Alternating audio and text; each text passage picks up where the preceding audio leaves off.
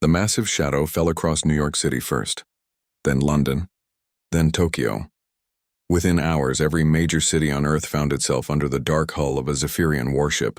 Admiral Kethvar stood on the bridge of his flagship, looking down at the blue planet with cold satisfaction.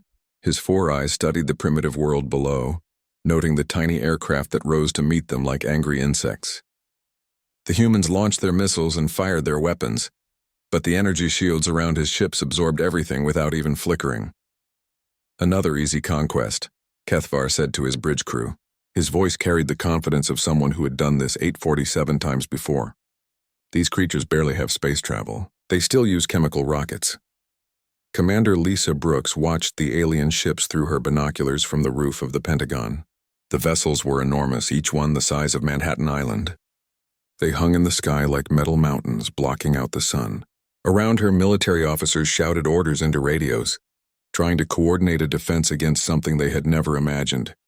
"Ma'am, our missiles aren't even scratching their hulls," reported Major Pete Johnson, running up the stairs to reach her. "The F-22s can't get close. Some kind of energy barrier is stopping everything." Lisa lowered her binoculars. She had spent 20 years in the Air Force, but nothing had prepared her for this. What about the nuclear submarines? Can they reach the ships over the ocean? Negative. The energy shields extend down into the water. Our torpedoes explode before they get close. Captain Jake Morrison pulled his fighter jet into a steep climb, trying to get above the alien ship hovering over Los Angeles. His radio crackled with desperate voices from other pilots, all reporting the same thing. Their weapons were useless. "Phoenix Leader, this is Phoenix 2, came the voice of his wingman. "I'm getting some kind of readings on my instruments. These things are scanning us." Jake looked at his own displays. Strange symbols flickered across his screen, symbols that meant nothing to him, but somehow he knew the aliens were studying him, learning about his aircraft, probably laughing at how primitive it was. "All Phoenix Squadron, pull back," he ordered. "We're not doing any good here." But even as he spoke, beams of blue light shot down from the alien ship. 3 of his squadron vanished instantly. Their planes turned to dust in the air. Jake dove toward the ground, his heart pounding as more beams swept past him. In her laboratory beneath MIT, Dr. Amy Carter stared at the readings coming in from observatories around the world. The alien ships were not just hovering. They were doing something to the atmosphere, changing the electromagnetic field around the planet. "They're setting up some kind of net," she told her assistant, Dr. Gary Bell. "Look at these patterns. It's like they're putting Earth in a cage." Gary peered at the computer screen. "A cage for what?" "For us," Amy said quietly. "They're making sure we can't leave." The first communication from the aliens came exactly 24 hours after their arrival. Every television, radio, and computer screen on Earth suddenly showed the same image. Admiral Kethvar appeared, his blue-gray skin and 4 black eyes making him look like something from humanity's worst nightmares. When he spoke, his words were automatically translated into every human language. "Primitive humans of Earth," Kethvar began, his voice filled with contempt. "I am Admiral Kethvar of the Zephyrian Empire. You have been selected for integration into our great civilization. Surrender your governments and military forces immediately. Resistance will only bring suffering to your species." President Williams sat in the White House Situation Room, surrounded by generals and advisors.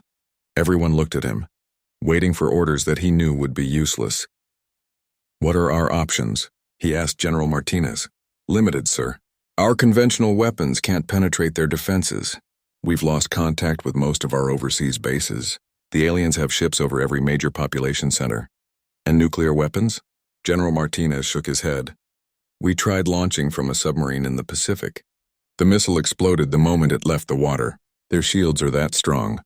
The bombardment began on the second day, not with weapons meant to kill, but with something far more terrifying. The alien ships fired beams that turned concrete into dust and steel into vapor. They carefully destroyed military bases, government buildings, and communication centers while leaving residential areas mostly untouched. Lisa Brooks found herself in command of what remained of the Eastern Defense Network after her superiors were killed in the destruction of NORAD. From her temporary command post in an abandoned subway tunnel, she watched reports flood in from around the world. "Beijing has gone dark," reported Sergeant Maria Santos. "Last transmission said the Chinese government was preparing to surrender. What about the Russians?" "Moscow fell 6 hours ago. The Kremlin is just a crater now. Lisa closed her eyes. In 2 days, the most powerful militaries on Earth had been reduced to scattered groups hiding in caves and tunnels. The aliens had done it without even seeming to try hard. Jake Morrison's fighter squadron was down to 5 planes hiding in a canyon in Nevada. They had been running for 48 hours, moving from one hiding spot to another. Every time they tried to engage the alien ships, more pilots died. "This is impossible," said Lieutenant Kelly Davis over the radio. "How are we supposed to fight something we can't even hurt?" Jake didn't have an answer. He was a fighter pilot, trained to win air battles through skill and courage. But skill meant nothing when your weapons couldn't penetrate enemy shields, and courage was just another word for suicide. On the 3rd day, President Williams appeared on what remained of the global communication network. His face was gray with exhaustion and defeat. "My fellow Americans and citizens of the world," he began. "After careful consideration of our situation, and in consultation with surviving world leaders, I am announcing the surrender of Earth's military forces to the Zephyrian Empire. Further resistance would only result in unnecessary loss of life." Admiral Kethavar received the surrender with typical Zephyrian arrogance. He appeared on screens worldwide once again, but this time his expression showed satisfaction rather than anger. "Wise decision, humans," he said. "Your species shows potential for useful labor. The Zephyrian Empire has need of workers who can adapt to different environments. Consider yourselves fortunate that we see value in keeping you alive." Amy Carter watched the surrender announcement from her hidden laboratory. Around her, other scientists wept or stared in shock. But Amy was thinking, the aliens had won through superior technology. But technology could be studied, it could be understood, and maybe, eventually, it could be turned against those who created it. As Zephyrian ships began landing in cities around the world, disgorging troops to begin the occupation, Amy started making plans. The war might be over, but she had a feeling that humanity's real fight was just beginning. The Empire had won its 848th conquest. But for the first time, Admiral Kethavar found himself wondering why these particular primitives kept staring at his soldiers with such calculating eyes. 6 months had passed since the surrender, and Admiral Kethavar was beginning to understand why his fellow commanders avoided assignments on primitive worlds. The humans were proving to be more trouble than expected. Another supply convoy attacked, reported Subcommander Veltar, entering Kethavar's office aboard the flagship. The young officer's skin had lost some of its healthy blue tint, a sign of stress among Zephyrians. "That makes 12 this month." Kethavar barely looked up from his reports. "Increase the guard details. These primitives will learn eventually. Sir, with respect, the attacks are becoming more sophisticated. The humans are using our own communication frequencies against us. They somehow intercepted our patrol schedules."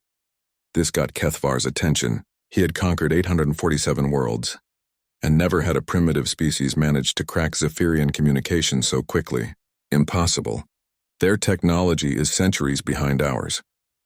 Colonel Ryan Hayes crouched in the ruins of what used to be downtown Denver, watching a Zephyrian patrol through his binoculars.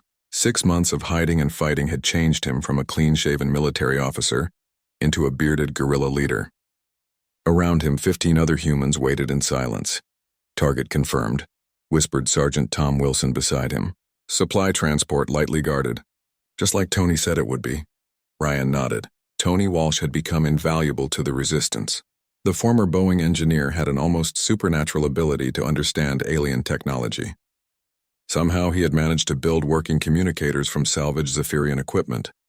"Remember, we need those power cells intact," Ryan told his team. "Amy needs them for her project." The attack lasted exactly 4 minutes. Ryan's team used explosives to disable the transport's escort vehicles, then overwhelmed the confused alien soldiers. The Zephyrians were good fighters, but they expected to face primitives with crude weapons. They were not prepared for humans using modified alien rifles and coordinated tactics. Maria Santos led a different kind of resistance in the mountains of Colombia. Her people focused on rescuing humans from the labor camps that the Zephyrians had established around major cities.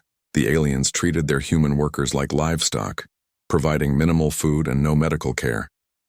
32 rescued this week, reported her lieutenant, Carlos Rivera. But we lost 3 people in the raid on the processing center. Maria studied the map spread across the wooden table in their mountain hideout. Red pins marked known Zephyrian installations, while blue pins showed resistant safe houses. The map looked like a disease spreading across the continent. The aliens are getting smarter, she said. They're starting to use human collaborators as guards. People who think cooperation will keep them safe. What do we do about collaborators? Maria's face hardened. We make sure everyone knows that helping the aliens has consequences. Tony Walsh worked in a hidden workshop beneath the ruins of Seattle, surrounded by broken alien technology. He had always been good with electronics, but the Zephyrian systems were unlike anything humans had ever built. They used some kind of crystal-based computing that responded to electromagnetic fields in ways he was only beginning to understand. "Got it," he exclaimed, as the salvaged communicator finally crackled to life. His assistant, Dr. Jennifer Martinez, looked up from her own workbench where she was studying alien medical scanners. "Another breakthrough?" she asked. Tony grinned. "Better. I think I figured out how their targeting systems work. The good news is they're incredibly advanced. The bad news is they have a flaw." "What kind of flaw?" "They're designed to lock onto metal targets moving in predictable patterns. You know, like their own ships and vehicles. But if you move randomly and avoid carrying large metal objects, the system has trouble tracking you." Sub-Commander Veltar found himself assigned to what the humans called pacification duty. His job was to lead patrols through occupied cities, maintaining order and preventing resistance activity. He hated every moment of it. The humans in his assigned sector looked at him with a mixture of fear and something else he couldn't quite identify. Not just hatred, but a cold calculation that made him uncomfortable. When he walked through the streets, he could feel their eyes studying him, learning his patterns, memorizing the weaknesses in his armor. "Sir," said one of his soldiers, a veteran named Kalar, "the humans in this district are acting strange." "Strange how?" "They're too cooperative. Yesterday they told us about a weapons cache hidden in the subway. When we investigated, we found exactly what they said we would find. Old human weapons completely useless against our shields." Veltar paused. In his training, he had been taught that conquered populations went through predictable stages: shock, denial, anger, and finally, acceptance. But the humans seemed to have skipped straight to acceptance, which should have been good news. So why did it feel wrong? Dr. Amy Carter had moved her laboratory 3 times since the occupation began. Her current location was an abandoned mine shaft in West Virginia, far from any major cities. She had managed to gather 37 other scientists, engineers, and technicians who had escaped the initial roundups. "The electromagnetic pulse theory is correct," she announced to her team. "Zephyrian shield generators can handle massive direct attacks, but they can't adapt quickly to rapidly changing frequencies." Dr. Gary Bell looked up from his calculations. "How rapidly are we talking about?" "The shields recalibrate every 2.3 seconds. If we can generate an EMP burst that changes frequency every half second, we might be able to overload their systems." "Might?" Amy smiled grimly. "There's only one way to find out." Admiral Kethavar received his monthly report from High Counselor Zethmore at Empire headquarters. The holographic image of his superior flickered above his desk, showing the counselor's disapproving expression. "Admiral, your casualty reports are concerning," Zethmore said. "No primitive species has ever inflicted such losses during the occupation phase." "The humans are more resourceful than expected," Kethavar replied carefully. "But they are being contained. Production quotas are being met, are they? Our records show a 23% decrease in resource extraction compared to similar worlds.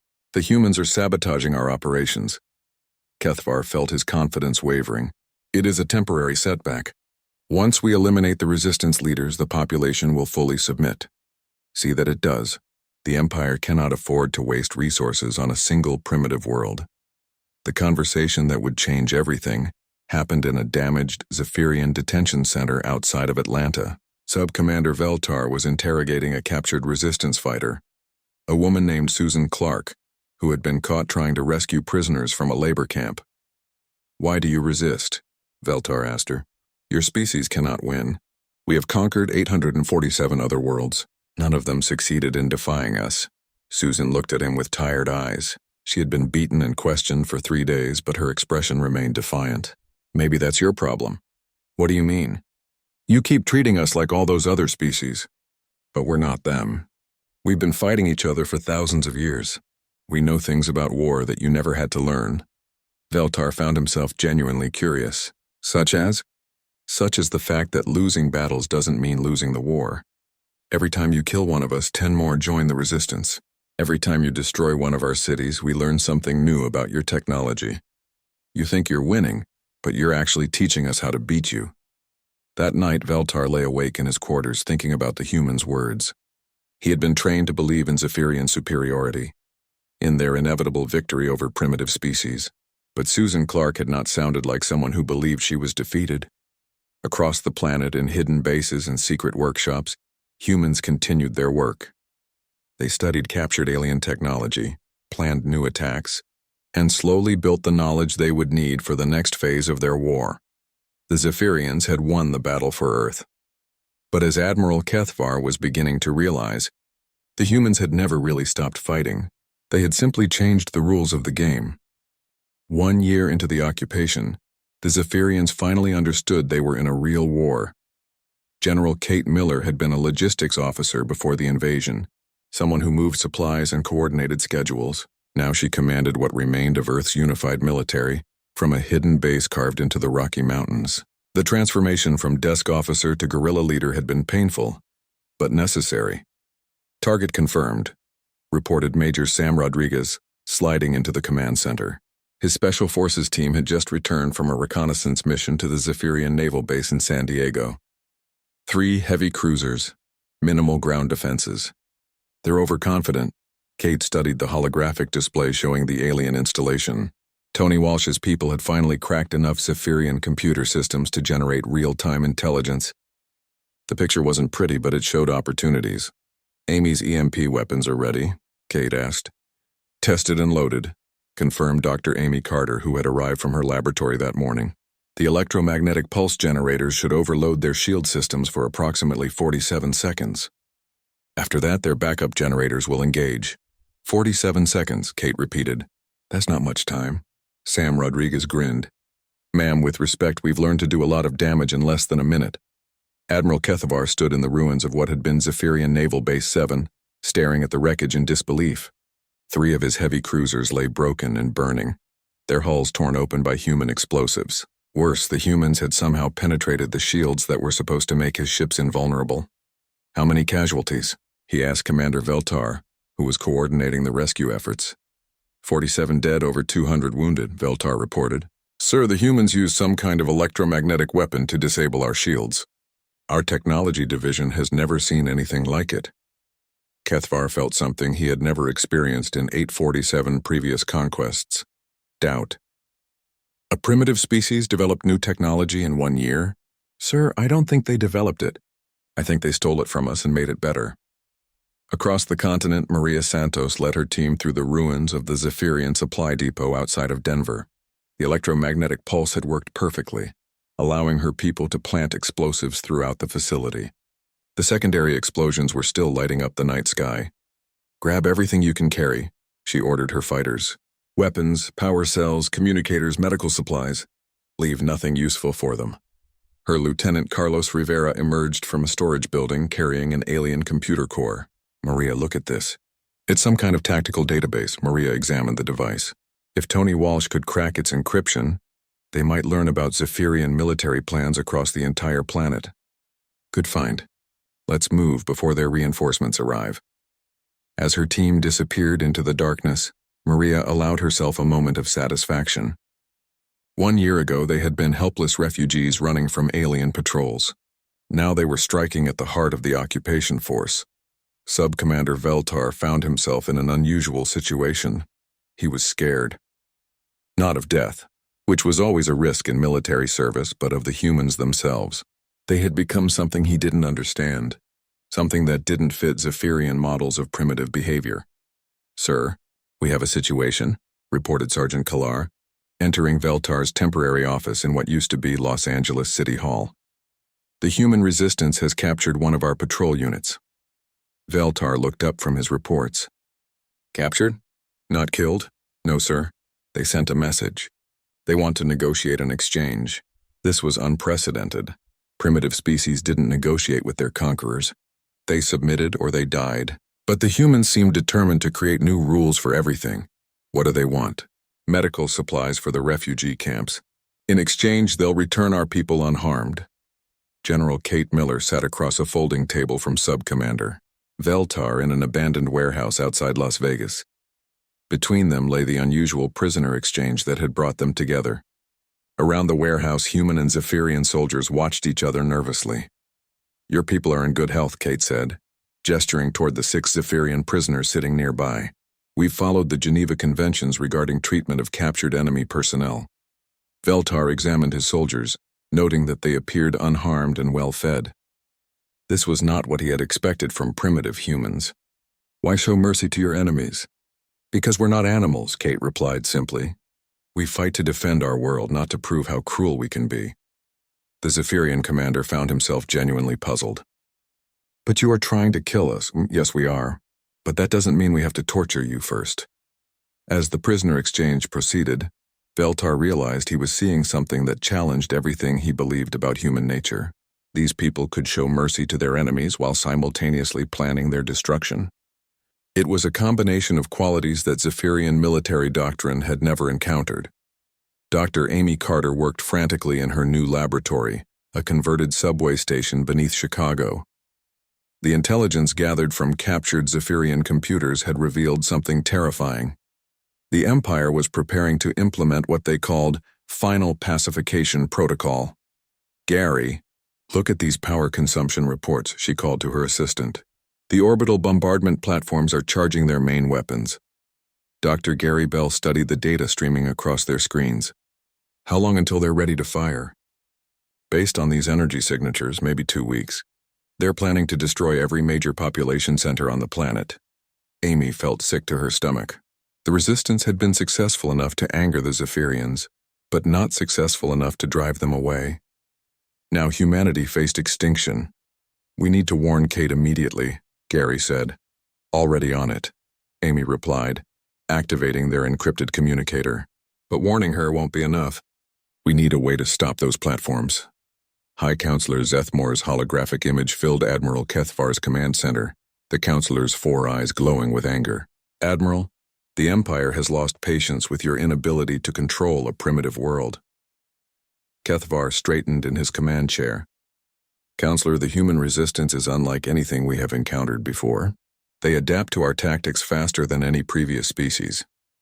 "Are you suggesting that primitives are superior to Zephyrian military doctrine?" "No, Counselor. I am suggesting that these particular primitives are unusual." Zethmore's image flickered with disapproval. "Unusual or not, they will be eliminated. I am authorizing Final Pacification Protocol. You have permission to destroy all major population centers." Kethvar felt a strange reluctance. He had ordered the destruction of countless worlds, but something about Earth made him hesitate. "Counselor, the humans do show potential as a workforce. Perhaps we should consider." "Admiral, your concern for primitive life forms is noted and rejected. Begin bombardment in 72 hours. Sam Rodriguez rappelled down the side of the Zephyrian orbital platform, his specially modified suit invisible to alien sensors. Around him, 11 other human commandos descended toward different entry points. This was humanity's most desperate mission: disable the weapons that could end their species. "Remember, we have maybe 30 minutes before they realize we're here," Sam whispered into his communicator. "Plant the charges and get out." The platform was enormous, easily the size of a city. But Amy Carter's intelligence had identified the critical systems, the main power generators that fed energy to the bombardment cannons. If they could destroy those generators, the platform would be helpless. As Sam cut through the outer hull with an alien plasma torch, he thought about how much humanity had changed in the past year. They had gone from helpless victims to commandos capable of infiltrating the most advanced weapons in the galaxy. The charges detonated simultaneously across 12 different sections of the platform. Sam watched through his helmet camera as secondary explosions rippled through the massive structure. The orbital bombardment platform, pride of the Zephyrian fleet, began breaking apart. "This is Rodriguez," he reported. "Primary target is destroyed. Repeat, the platform is gone." But even as he spoke, Sam could see 2 other platforms in the distance, their weapons still charging. Humanity had won a battle, but the war was far from over. Admiral Kethvar received the damage reports in stunned silence. Not only had the humans somehow infiltrated his most secure installation, but they had done it with such precision that his entire orbital bombardment strategy was now in ruins. "Sir," Commander Veltar said quietly, "perhaps it's time to consider that we are not fighting primitives anymore." Kethavar looked at his subordinate with new understanding. The young commander was right. Somewhere in the past year, humanity had evolved from helpless victims into worthy opponents. The question now was whether the Empire was prepared to admit that truth. 2 years into what should have been a simple conquest, Admiral Kethavar faced a reality that shattered everything he understood about warfare. The humans were no longer defending their planet. They were attacking his Admiral. Lisa Brooks stood on the bridge of the UES Defiance, a warship that shouldn't have existed. Built from salvaged Zephyrian technology and human engineering, it was ugly and improvised, but it flew among the stars. Around her, 43 other hybrid vessels formed humanity's first space fleet. "Ma'am, we're detecting movement from the alien flagship," reported Captain Jake Morrison, now commanding his own ship after 2 years of learning to fly alien technology. "They're moving to intercept us." Lisa studied the tactical display. The Zephyrian fleet still outnumbered them 5-1, but numbers weren't everything anymore. "All ships, remember the plan. We don't need to destroy them all. We just need to reach their command ship." The space battle that followed would be studied for generations. Human ships built from scrap and determination danced between massive Zephyrian cruisers like fighters around elephants. Where the aliens relied on overwhelming firepower and heavy shields, humans used speed, unpredictability, and tactics that made no sense to Zephyrian military doctrine. Sub-Commander Veltar, now serving as Kethavar's tactical advisor, watched the battle with growing amazement. "Sir, they're not following any recognizable attack pattern. Our computers can't predict their next moves." Because there is no pattern, Kethavar realized. Each human ship is making independent decisions. They're not following orders, they're improvising. On the bridge of the Defiance, Lisa coordinated an attack that existed only in the minds of her captains. No predetermined plan, no rigid formation, just experienced warriors who trusted each other to do what needed to be done. "Jake, take your squadron around their left flank," she ordered. "Sam, hit their supply ships. Make them choose between protecting their support vessels and defending their flagship." "What about us, ma'am?" asked her weapons officer. Lisa smiled grimly. "We're going straight for Kethavar." The Defiance accelerated toward the Zephyrian flagship, its hybrid engines pushing the ship beyond its design limits. Around it, alien point defense weapons filled space with deadly energy beams, but the human ship twisted and rolled like a living thing, avoiding destruction by inches. "Hull breach on Deck 7. Reported damage control. Emergency power to forward shields. Keep us moving," Lisa ordered. "Ramming speed." Admiral Kethavar watched the human flagship approach with something approaching respect. The primitive vessel was dying, leaking atmosphere and trailing debris, but it refused to stop. Its weapons continued firing even as its hull glowed red from overheated systems. "Sir, they're going to ram us," warned Commander Veltar. "No," Kethavar said quietly. "They're going to board us." At the last possible moment, the Defiance rolled and fired grappling hooks into the flagship's hull. Human boarding pods launched from hidden ports, carrying assault teams directly into the heart of the Zephyrian vessel. Sam Rodriguez kicked through the airlock of the enemy ship, his modified armor allowing him to breathe in the alien atmosphere. Behind him came 30 other human commandos, all carrying weapons built from captured technology. They had trained for this moment for 2 years. "Remember, we need to reach their command center," Sam told his team as they moved through the ship's corridors. "Everything depends on taking Kethavar alive." The fighting was brutal. Zephyrian soldiers, caught off guard by the boarding action, fell back through their own ship as humans advanced with ruthless efficiency. These weren't the terrified refugees who had surrendered 2 years ago. These were warriors who had learned to turn alien advantages against themselves.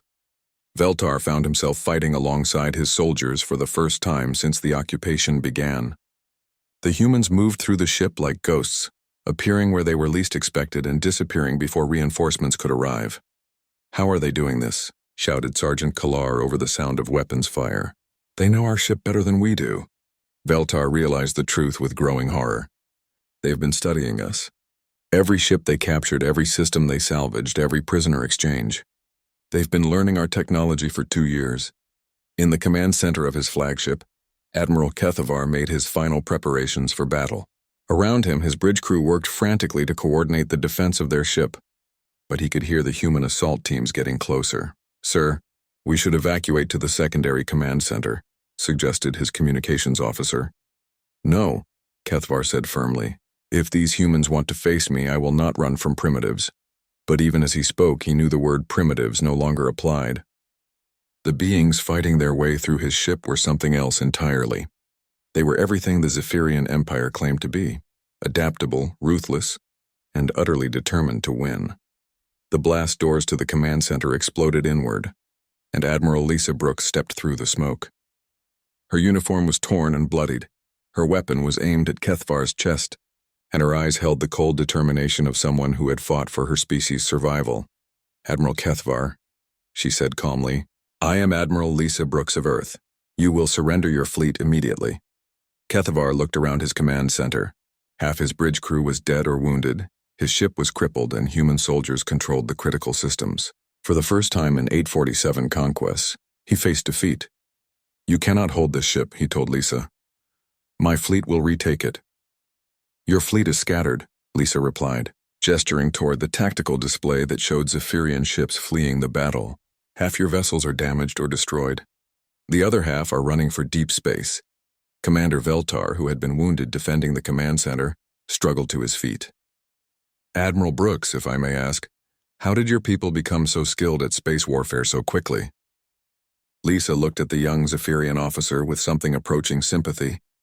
"Commander, you spent 2 years teaching us. Every time you attacked our positions, we learned something new about your tactics. Every ship you destroyed taught us about your weaknesses. You were very thorough teachers." Kethvar felt the weight of realization settling on his shoulders. The humans hadn't just been resisting the occupation. They had been studying it, learning from it, preparing for this moment when they would turn everything the Zephyrians had taught them back against their teachers. "What are your terms?" he asked quietly. "Complete withdrawal of all Zephyrian forces from Earth and this solar system," Lisa said. "Reparations for the damage you've caused, and a formal guarantee that the Empire will never return. And if I refuse," Lisa's expression didn't change, "then we destroy your remaining ships and take what we need from the wreckage." "Your choice, Admiral." Kethvar looked at his bridge crew, many of whom were barely alive. He thought about the Empire's doctrine of overwhelming force and psychological intimidation. He considered the 847 worlds that had surrendered without making the Zephyrians pay such a price, and he realized that humanity had just taught the galaxy a new lesson about the cost of underestimating a determined enemy. "I need to consult with High Counselor Zethmor," he said finally. "You have 1 hour," Lisa replied. "After that we resume firing." As Admiral Brooks established her command post on the alien flagship, she reflected on how much her species had changed. 2 years ago they had been victims. Now they were writing the terms of their own liberation. The real question was whether the Zephyrian Empire was ready to admit that Earth's humans were no longer primitives to be conquered, but equals to be respected. The holographic image of High Counselor Zethmor flickered with rage as he appeared in the damaged command center of Admiral Kethvar's flagship. Around him, human soldiers maintained their positions, weapons trained on the remaining Zephyrian crew. "Admiral Kethvar," Zethmor's voice carried across the bridge, "explain to me how a primitive species has captured our most advanced warship." Kethvar stood slowly, his pride bleeding away like atmosphere from a damaged hull. "Counselor, the humans are no longer primitive. They have become something we did not expect. Are you suggesting that a pre-spaceflight civilization has somehow surpassed Zephyrian military capabilities?" Admiral Lisa Brooks stepped into view of the holographic projector. Her presence on the bridge of the Empire's flagship sent shockwaves through Zethmor's composure. "Counselor, I am Admiral Lisa Brooks. Perhaps you should be asking different questions." Zethmor's 4 eyes focused on the human with undisguised contempt. "Primitive, you dare speak in the presence of your betters?" "I dare many things," Lisa replied calmly. "I dare to defend my people. I dare to fight for my world. And I dare to offer you terms for your surrender." "Surrender?" Zethmor's image flickered with disbelief. "The Zephyrian Empire does not surrender to primitives." General Kate Miller's voice crackled over the communication system from her command post in the Rocky Mountains. "Counselor, you might want to look at your tactical displays. Your fleet is scattered. Your orbital platforms are destroyed and your ground forces are cut off from supply lines. What exactly do you think you're fighting with? The truth was worse than Zethmore wanted to admit. Across the galaxy, other subjugated worlds were receiving reports of the battle at Earth. For the first time in the Empire's history, a conquered species had not only resisted but had turned the tables on their conquerors. Commander Veltar, his arm in a medical sling, stepped forward. Counselor, with respect, we have underestimated these humans from the beginning. They don't fight like any species we've encountered before. How do they fight, Commander? Like us, Veltar said quietly. They fight like the Empire claims to fight, with honor, courage, and intelligence. But unlike us, they don't expect their enemies to simply submit to superior technology. Admiral Kethvar looked around his ruined command center. Human soldiers stood alongside his own crew, and somehow the scene didn't look like conquest. It looked like something he had never seen before, equals sharing the same space. Counselor, he said slowly, I request permission to negotiate terms. Absolutely not. Zethmore's image flared with anger. You will fight to the death rather than submit to primitive beings. With what? Kethvar asked simply. Half my fleet is destroyed. The other half is fleeing. My remaining ground forces are outnumbered and surrounded. What am I supposed to fight with? Lisa watched the exchange with growing understanding. The Zephyrian Empire had never learned how to lose because they had never faced an enemy capable of beating them. They had built their entire civilization on the assumption of inevitable victory. Admiral Kethvar, she said gently, you have a choice. You can follow your counselor's orders and watch the rest of your people die, or you can accept that sometimes the stronger force doesn't win. The Zephyrian Empire is the stronger force, Zethmore insisted. No, said Dr. Amy Carter, entering the bridge with her latest intelligence reports. You are the stronger force. But strength isn't just about technology. It's about adapting, learning, and growing. And for 2 years, we've been doing that while you've been assuming we couldn't. She activated a holographic display showing the current status of Zephyrian forces on Earth. The picture was devastating. Isolated pockets of alien troops cut off from command, supply ships captured or destroyed, and communication networks completely compromised. Your people are brave warriors, Amy continued. But they've been fighting yesterday's war while we've been preparing for tomorrow's. Sam Rodriguez, fresh from securing the ship's armory, joined the group on the bridge. Admiral Brooks, we've got Zephyrian reinforcements requesting permission to attack. What are your orders? Lisa looked at Kethvar. Admiral, what will it be? Do we finish this war or do we end it? Kethvar stared at the tactical display showing his remaining forces. Scattered, outnumbered, and cut off from support, they faced an enemy that had learned everything the Empire could teach them and turned that knowledge into victory. For the first time in his military career, Admiral Kethvar understood what defeat felt like. Counselor, he said to Zethmore's flickering image, I am ordering all Zephyrian forces to stand down. You do not have authority to surrender the Empire's forces. I have authority to prevent unnecessary deaths, Kethvar replied. And I am using it. The moment that would echo across the galaxy came when High Counselor Zethmore realized his admiral was serious. The Empire's most decorated military commander was choosing defeat over pointless destruction. Admiral Kethvar, if you surrender to these primitives, you will be stripped of rank and exiled from Zephyrian space. Kethvar looked around the bridge at the humans who had outfought, outthought, and outlasted everything the Empire could send against them. Counselor, these beings are not primitives. They are what we should have been. What do you mean?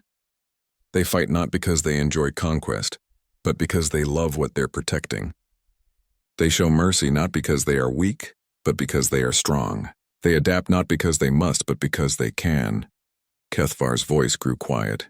Perhaps it is time the Empire learned those lessons. Zethmore's image flickered with fury. You are a disgrace to the Zephyrian military. No, Kethvar said firmly. I am a Zephyrian military officer who has finally met a worthy opponent. The silence that followed stretched across light years. Admiral Lisa Brooks waited, understanding that this moment would determine not just Earth's fate, but the future of the Zephyrian Empire itself. Finally, Admiral Kethvar turned to face her directly. The proud alien commander who had arrived at Earth with the confidence of 847 previous victories looked at the human admiral who had taught him the meaning of defeat. Admiral Brooks, he said, his voice cracking with exhaustion and something deeper. I formally request terms for the surrender of all Zephyrian forces in this system. And if your empire refuses to accept those terms, Kethavar's shoulders sagged with the weight of his decision, then I will beg them to accept them, because the alternative is the destruction of everything I have left. The word beg hung in the air like a physical presence. Admiral Lisa Brooks felt the weight of history settling around them. This was the moment when the galaxy's most powerful empire learned that technology without wisdom, strength without mercy, and conquest without understanding were just elaborate forms of weakness. Admiral Kethavar, she said with quiet dignity, we accept your surrender. Your people will be treated with honor. Your wounded will receive medical care, and your dead will be returned to their families with respect. As the formal surrender documents were prepared, Commander Veltar approached Admiral Brooks. If I may ask, what will happen to us now? Lisa considered the question. That depends on your empire. We're offering you something you never offered us, the chance to leave with your dignity intact. Hours later, as Zephyrian transport ships prepared to evacuate their forces from Earth, Admiral Kethavar stood on his flagship's observation deck. Through the transparent aluminum, he could see Earth hanging in space like a blue and white jewel. Admiral Lisa Brooks joined him, carrying 2 cups of coffee from the ship's captured food dispensers. It's beautiful, Kethavar said quietly.